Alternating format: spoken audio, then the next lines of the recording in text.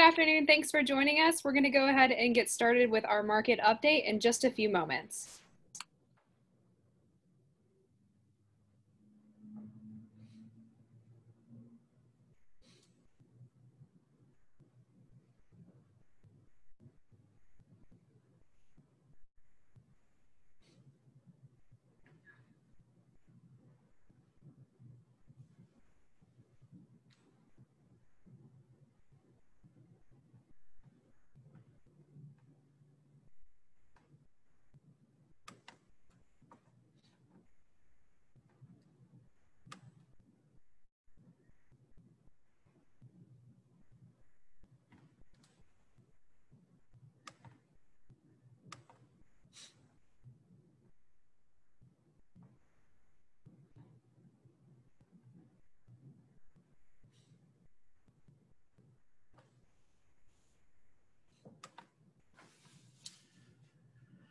All right, good afternoon, everyone. Thank you for joining Cliff Hodge and Jeff Carbone, for our market and economic update today.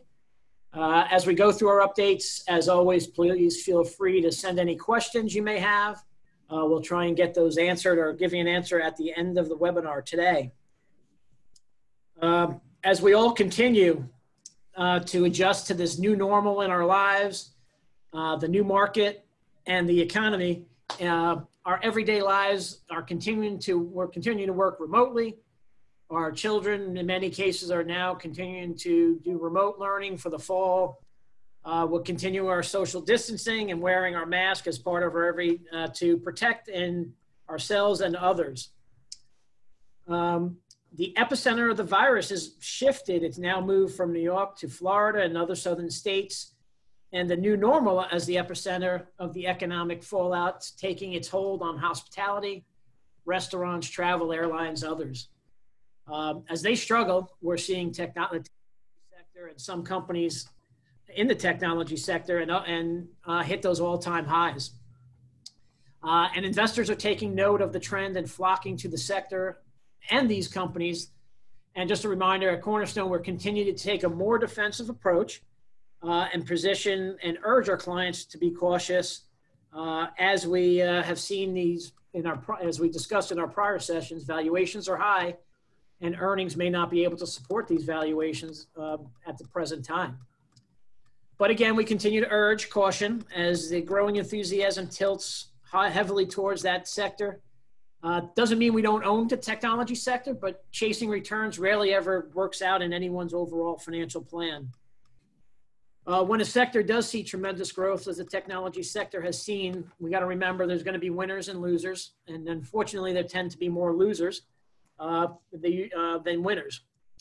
Moving in too far or too much in any one direction in a sector may sacrifice the diversification in your overall investment plan. Just a reminder, diversification helps us reduce the risk over time in your portfolio. And as you've heard us preach in all our sessions, it's about process and patience when it comes to your investment, overall investment plan. And it's a big component of your overall investment success. Cliff, we're in the midst of earnings season, a lot of companies coming in. I'm sure we'll get into that as we on your agenda, but let's get started with the market update. Thanks, Jeff. Nice job this week. Good to be with you. Thank you, Cliff. Let me make sure I get the right screen pulled up here. Can you see my presentation there? Good. All right. And yes, earnings season is in full swing. Actually coming across the tape any minute, it may have already hit. Microsoft is a big one. And then Tesla, which is the stock that we're getting a lot of questions about these days. So we will start off with the broader market mosaic as we typically do. What has changed since the last time we were all together was that year to date now the S&P has gone positive after this week. Continues to rally quite strongly while the rest of the world is still a little bit behind. And this week we included the S&P 500 equal weight, just to give you an idea of what the more average experience of the average stock has been like. broad divergence in the sectors and style factor exposures, with technology growth momentum leading the way, consumer discretionary communication, whereas at the other end of the spectrum, industrials, financials, energy, value, and high yield stocks all still having a bit of a rougher go. So when we look at the S&P, I mean, a graphic here, 1 year look back, just been very significant, very strong and sharp rally off the bottom. And we continue to power higher, really driven by optimism for stimulus, a vaccine, V-shaped recovery among the broader narratives. And then when we look at the S&P on a valuation perspective, obviously we're still at very extreme levels. So you have to go all the way back to the dot-com bust in 2000, 2001 to get to a price earnings ratio like we are at today. And Jeff, I talk about optimism. And so one of the ways that gets measured is with this fear-greed indicator. We talk a lot about our process and being patient. We do that to try and mitigate these two emotions, which can wreak havoc on your investment portfolios. But as we can see, you talk about technology, the NASDAQ fear-greed index is at all-time highs, even dwarfing what we saw at the peak of the dot-com bubble. So sentiment is getting very, very one-sided, very optimistic, and typically when we see that, we want to be taking the other side. So a couple of other sentiment indicators that we track, the put-call ratio. Again, this is for all listed equities, the amount of puts divided by the amount of calls. The average is somewhere around this 65.65 level here over the past 5 years. In March, we got almost to a 1-for-1. But today, on a 10-day and both a 21-day basis, we are at extremes never seen before in this series of the history. So ever's a bit of a long time. So again, some flashing warning lights from a sentiment perspective. We also track the positioning of asset managers and net speculators as defined by the COT, the Commitment to Traders report. We have had a bit of a tailwind with a massive short position year to date up until really the tail end of June, and that has since come off. So retail is in, the option buyers are in, the broad large asset managers are in. CTAs, which are trend following strategies. It has been reported by JP Morgan, they estimate that up to 80% or so of trading activity are driven by algorithms. That's what this tries to measure. This tries to track the trend following exposure to the markets. Again, we're here in the 92nd percentile, meaning that only 7% of the time over the past decade have the CTAs had more exposure than what they have today.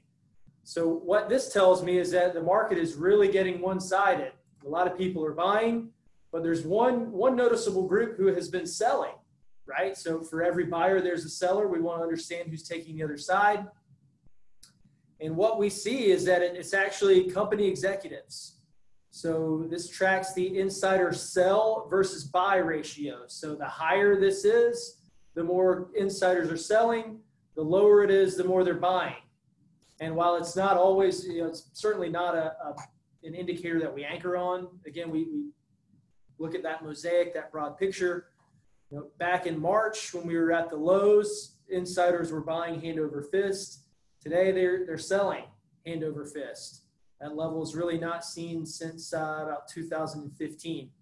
And they're not perfect. Sometimes they're early. Sometimes it's a bit of a blip. But again, taking in the broader context, that's a bit of a warning sign as we open up this risk window.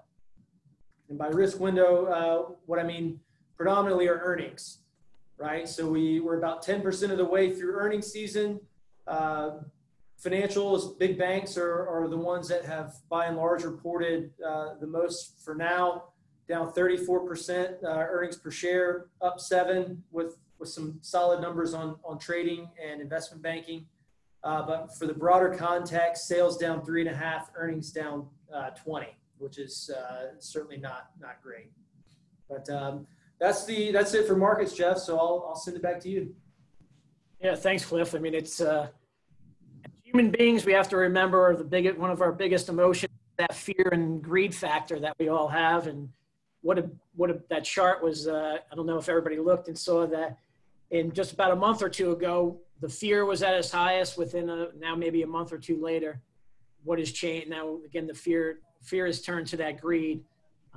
So just a great chart, good reminder. And then also just looking at what you shared about the executives that are the trading, that there's the sellers are the executives. It'd be interesting to even dive deeper into see what companies. I would assume a lot of the technology sector would be the executives, maybe sellers in that. So great slides on that you shared with us today, Cliff. That's a great point. I'll see what I can dig out on that. That'd be great. Let's turn to the economy and share some slides on the economic data that you've been watching. Absolutely. And we will start, as we typically do, with the New York Fed's weekly economic index. Again, that's just an index of 10 high-frequency economic data points that are typically reported on a weekly or monthly basis. So it tells a great story of what has happened in the broader economy. With the shutdowns, obviously activity ground to a halt. We had the unprecedented levels of stimulus, which we'll look at here momentarily, that has started that month-over-month reacceleration from zero. But we're really paying close attention to what has happened here in the past couple of weeks. Not sounding the alarm bells quite yet, but again, when you consider the earnings picture, the valuation picture, positioning sentiment, there's not a whole lot of room for error. So we're seeing that in the WEI. We're also seeing that in consumer spending, right? So as the effects of the stimulus have begun to wear off, consumer spending makes up 2/3 of GDP. So this is certainly going to be something that we're going to watch. But by and large, it's been driven by the rolling back of the reopening, right? So this is a bit of a busy chart here, but you can see back in March and April when we had the lockdown, there's essentially 100% of states were either on hold or increasing restrictions. Got all the way back down to almost full capacity, right? In June and early July. But with the spiking of the cases, we've begun to see this increasing of restrictions coming back on. New York, California have been some of the bigger headlines. So we'll continue to monitor both the virus picture, the reopening picture, and then lastly the stimulus, right? So two different charts, two different global charts. I love the color scheme. It just gives you an idea of how much stimulus we have been doing here in the U.S. relative to the rest of the world, both from a monetary perspective. So the Fed in the form of rate cuts, quantitative easing, so on and so forth. Also the federal government in the form of the unemployment insurance, PPP, the one-time stimulus checks. So nearly 20% of GDP is all in is more or less what we've done from a stimulus standpoint. So the risk now is that as these benefits begin to roll off, unless Congress steps in and does re-extend those benefits to some degree, there was chatter this afternoon that they will likely do so. But again, thinking back to that mosaic, the bigger picture, risk and reward, using that as a framework, there's certainly a lot of things that can go wrong at these levels. Meanwhile, back on Main Street, the jobless number has really stagnated, right? So this measures the amount of Americans that are on some sort of unemployment benefit program. The dark blue is what we typically think of as the unemployment rate. The light blue take part in temporary pandemic and other programs. But as we can see, still over 33 million Americans are getting some sort of a benefit, which is a really high and unfortunately has been a sticky number thus far.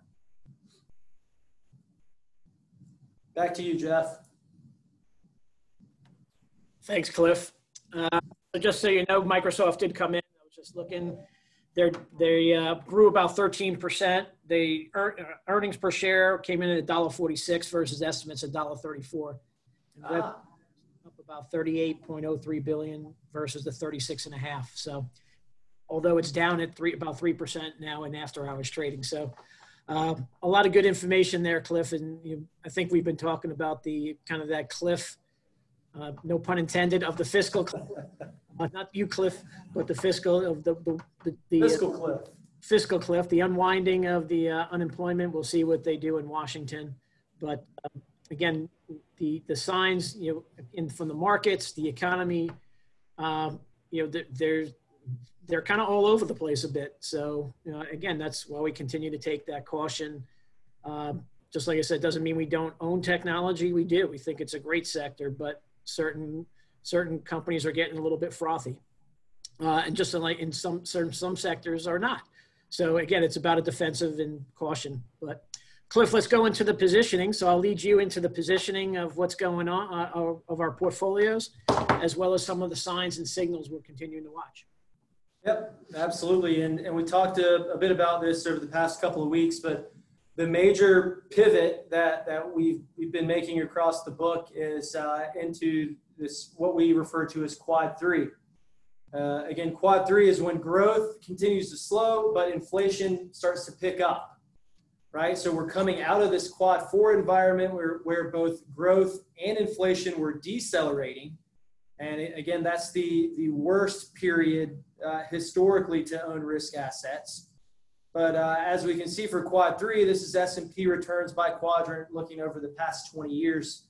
Quad 3 is fairly flat, right? So it's about a coin flip of whether you're going to go positive or negative, but it's flat. So again, that's one of the main reasons why we are keeping a little bit of additional cash on hand. And we do have that, as we talked about, toward the beginning of the year, that barbell approach, where on the equity side, you're pairing things like some technology exposure with utilities. You're in large cap growth, but you have a quality focus within fixed income. You have some TIPS, which are the inflation protected securities, and investment grade credit. We have positions in both of those. And by and large, we are out of cyclicals, right? So underweight financials, telecom, materials, small caps, value as a factor, convertibles, preferreds, so on and so forth. But I will call out the commodity overweight here. That's some pivots that we've been making across the book, and actually have taken a little bit of profits here in the past couple of days.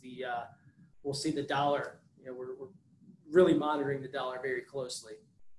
But when we talk about the broader macro signals, starting with fixed income, this one is giving me a bit of a pause here, right? So typically, what you want to see is yields on treasuries trending in the same way as the equity market, right? And actually today we broke this 60 basis point level, which has been a period of support really going back to the waterfall in February and March. So we broke through that today. I believe we closed at 59. But we really want to see some strength here to feel better about the rally, and we're just not seeing it. On the other hand, high yield spreads, which again is just the interest rate differential between high yield or AKA junk bonds and treasuries.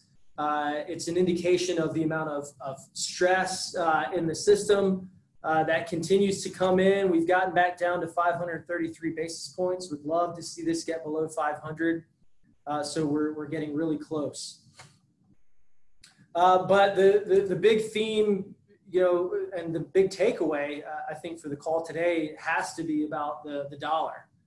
right? So we've seen it fall from 103 all the way down to 94 and change. I think we're even lower as of the close today. But this really gives us more confidence in that quad 3 call.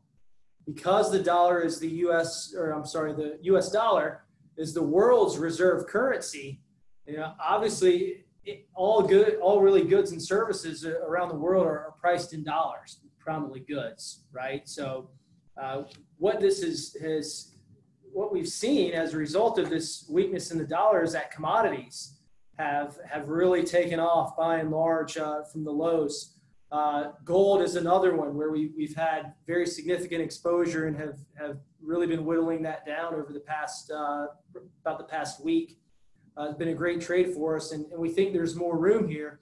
But what we're watching now is this U.S. dollar. There's likely going to be a bounce in here at some point. And so once we begin to see that, that'll give us another entry point to be able to add to the gold, add to potentially some energy plays, things that are tied to copper. This is one that's gone gangbusters.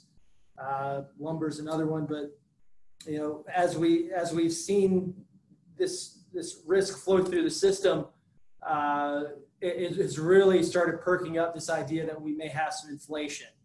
Right. So this is the 5-year inflation swap is an estimate of what the market prices in on average for inflation over the next 5 years.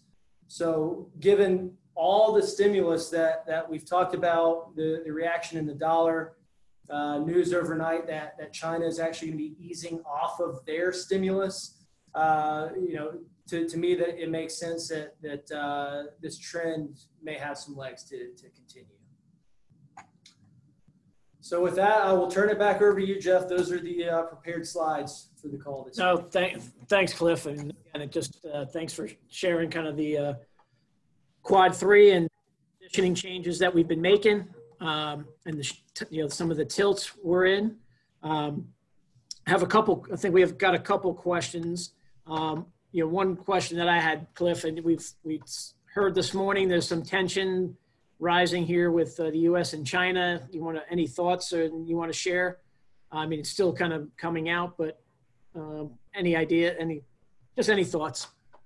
Yeah, no, that's a great point, Jeff, and definitely a significant risk that we want to track, especially as we continue along election season. It's funny, I don't know how much stock you can put into the polls. I think the last presidential election showed us that, but one thing that is overwhelmingly agreed upon by both Republicans and Democrats is some of this anti-China rhetoric. So I would anticipate that will continue to pick up as we go into election season. But that being said, again, going back to this dollar theme, foreign and emerging markets historically tend to do very well when there is weakness in the dollar or when the rate of change of the dollar is down. So we're actually getting pretty interested in emerging markets and have added here a little bit recently. So while there will likely be some bouts of volatility surrounding China, I do think that's an area of interest, EM in general, and we'll be somewhat diversified in the way that we play that. But it's a good risk that you called out. Hey, we got a question from Michael, Cliff. The sentiment that stocks valuations are excessive. By all measurements, everything is down. Sales, income, and expenses have only dipped moderately, but the market's not reflecting that view. And the reality would set in during Q2 earnings report. That's not happened in the argument that only 10% of the companies have reported. Therefore, the remaining 90 or X% report, then we'll get some dips. Or as the argument, as long as the optimism for government stimulus, we may see this continue to ride up for another month or so. Yeah, no, there's a lot there.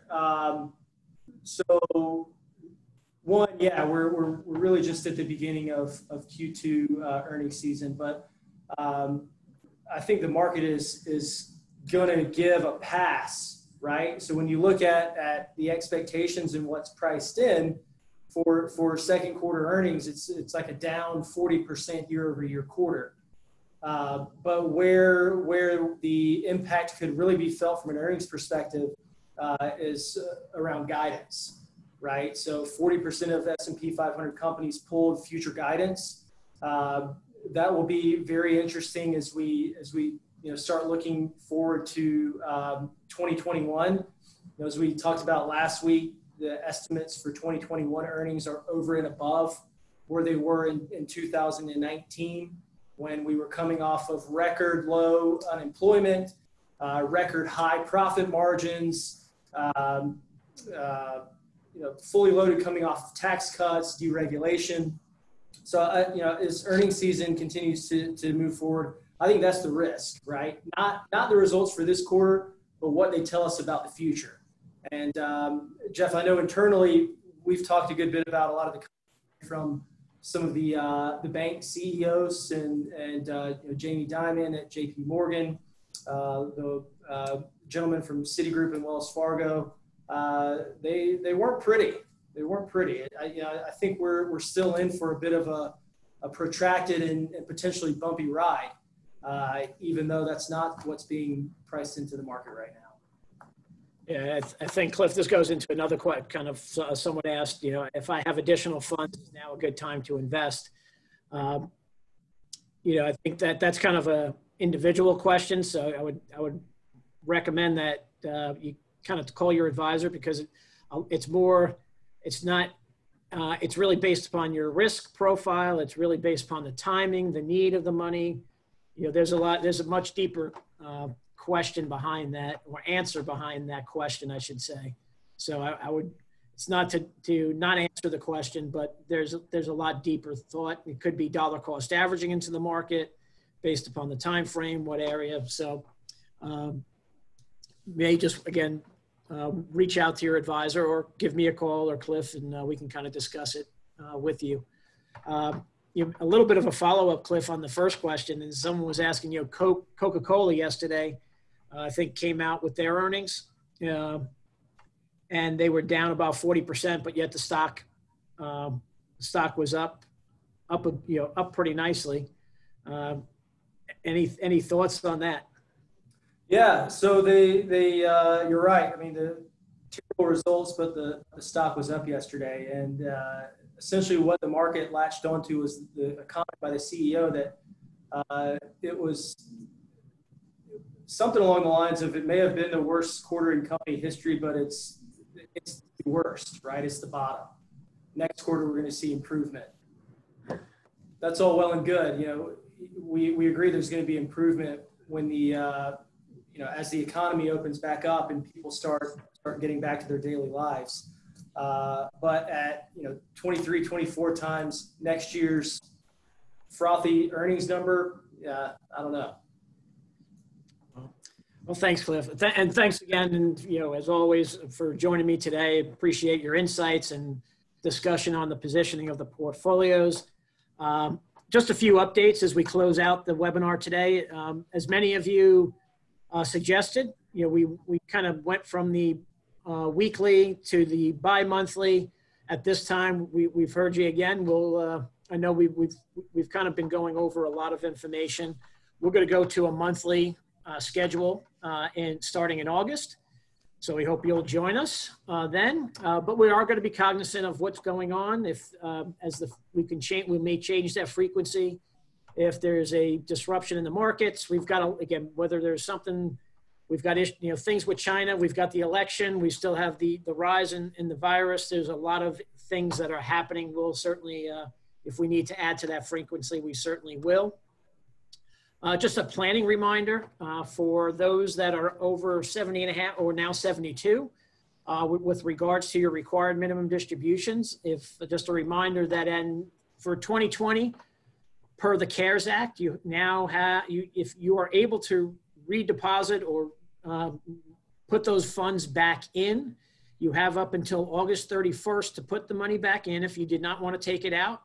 It is not required for this year, and if you put the money back, by August 31st, it would help and reduce your tax liability on those funds. Again, it's a great time to maybe not take that money. Could be a Roth conversion opportunities, as we've talked before. And I think if we have our upcoming Roth conversation, or did we hold that already? I can't even remember. But a little brain fog. Sorry. Jeff, we've been doing a lot of communicating, so I hope, I hope folks are finding it value added. Well, again, want to thank you on behalf of Cliff, myself, the Cornerstone team. Thanks for joining us today. If there's any other questions, please feel free to reach out to Cliff, myself, any of the advisors and folks here at Cornerstone. We appreciate working for you. We value the trust and confidence you continue to place in us. If we could be of any further assistance, just call us or email us. We'll get back to you.